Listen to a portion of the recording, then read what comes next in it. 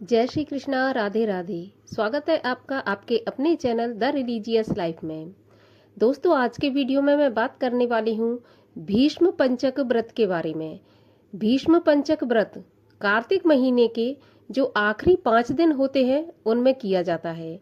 इनको भीष्म पंचक इसलिए कहा जाता है क्योंकि पितामह भीष्म ने इन्हीं 5 दिनों में धर्मराज युधिष्ठिर को उपदेश दिए थे, जिससे कि उनके जीवन में किसी प्रकार की कोई कमी न रहे और अंत समय में उन्हें परमलोक की प्राप्ति हो।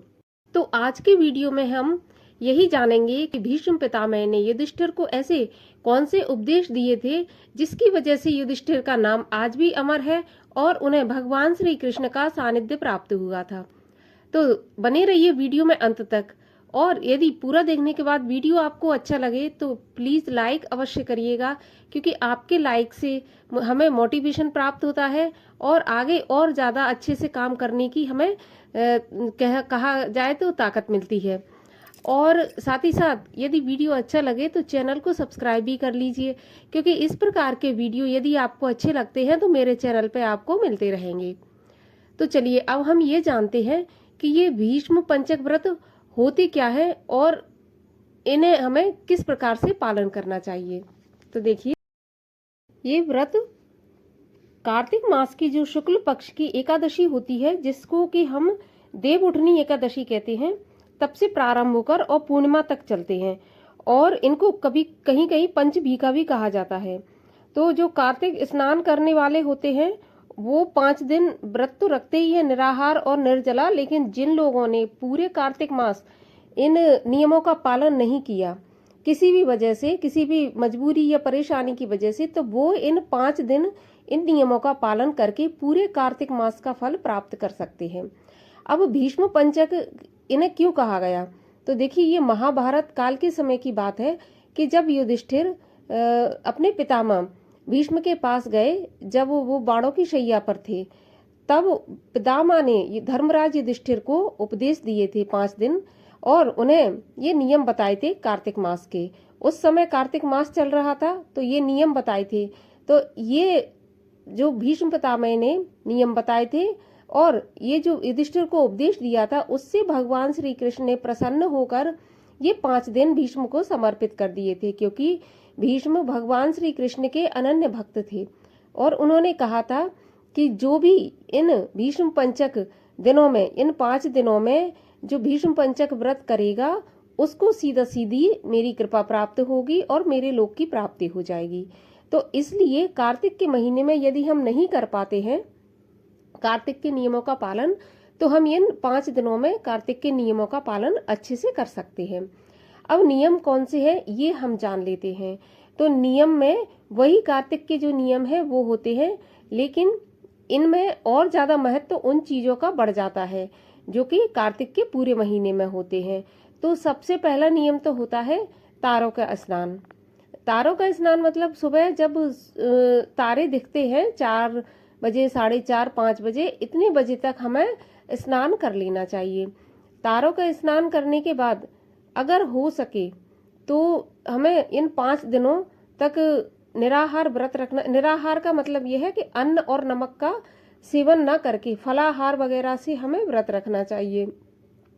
अब यदि किसी भी वजह से हम फलाहार से व्रत नहीं रख सकते, हमें ऐसी कोई परेशानी है जिससे कि हमें अन्न और नमक बहुत जरूरी खाना हो गया है, ठीक है, हम भोजन का त्याग नहीं कर सकते हैं, तो फिर हम क्या करें कि हम बिना नमक का एक समय भोजन कर सकते हैं।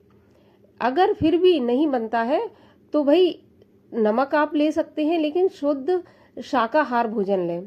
शाकाहार का मतलब होता है कि आप ज्यादा तले भुने न लें पदार्थ, और मांस मछली का सेवन तो पूरे कार्तिक मास ही नहीं करना चाहिए। तो इस प्रकार से आप व्रत रखें। तीसरा नियम इसका है कि ब्रह्मचर्य का पूरी तरह से पालन करें। इसमें पूरे कार्तिक मास में ये बहुत जरूरी होता है कि ब्रह्मचर्य का पालन करें। बिना ब्रह्मचर्य के पालन के ये नियम पूरा हो ही नहीं सकता। जमीन पर आपको शयन करना है, पलंग पर भी नहीं सोना है। इसके अलावा सबसे अधिक महत्व होता है कार्तिक के महीने में दीपदान का। दीपदान के लिए आप इन 5 दिनों में 365 बाती का दिया भी लगा सकते हैं। आप आंवले का दीपदान भी कर सकते हैं, वो भी मैंने अपने चैनल पर बताया है। अब दीपदान आपको कहाँ करना है? देखिए, ये 5 दिन बहुत महत्वपूर्ण होते हैं।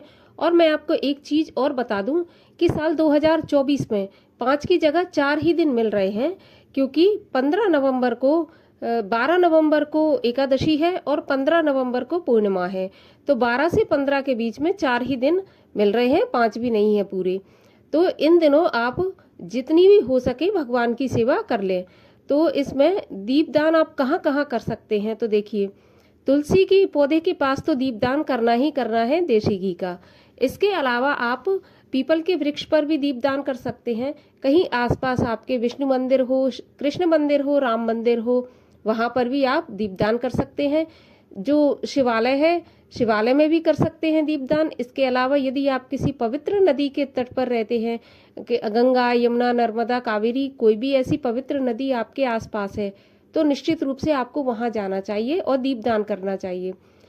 इसके अलावा आपके पास अगर नदी नहीं है, आप कुआं है, तालाब है, जलाशय है कोई भी, क्योंकि हमें वरुण देवता को दीपक लगाना है। अगर फिर भी नहीं है कुछ भी, तो आप अपने घर का जो नल है वहां पर भी आप दीपदान कर सकते हैं। जहां से आप पानी लेते हैं, बोरिंग होती है या फिर कुछ भी हो, वहां से आप दीपदान वहां पर कर सकते हैं। तो दीपदान का बहुत अधिक महत्व है। इसके अलावा आप और भी दान पुण्य जो भी आप करना चाहें कार्तिक के महीने में कर सकते हैं। ये 5 दिन इतने महत्वपूर्ण दिन है, इनमें जो भी आपने नहीं किया, आप, मैं कहती हूँ 365 बाती का दिया लगा सकते हैं, जिसमें कि साल भर की बाती आप एक ही दिन में लगा देते हैं। भगवान श्री कृष्ण के अनन्य भक्त थे भीष्म पितामह, और भीष्म पितामह आजीवन ब्रह्मचारी भी थे, गंगा पुत्र भी थे।